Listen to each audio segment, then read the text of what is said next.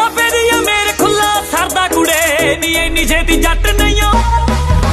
ਬਾਬੇ ਦੀ ਆ ਮੇਰ ਖੁੱਲਾ ਸਰਦਾ ਕੁੜੇ ਨੀ ਇੰਨੀ ਛੇਤੀ ਜੱਟ ਨਹੀਂ ਓ ਮਰਦਾ ਕੁੜੇ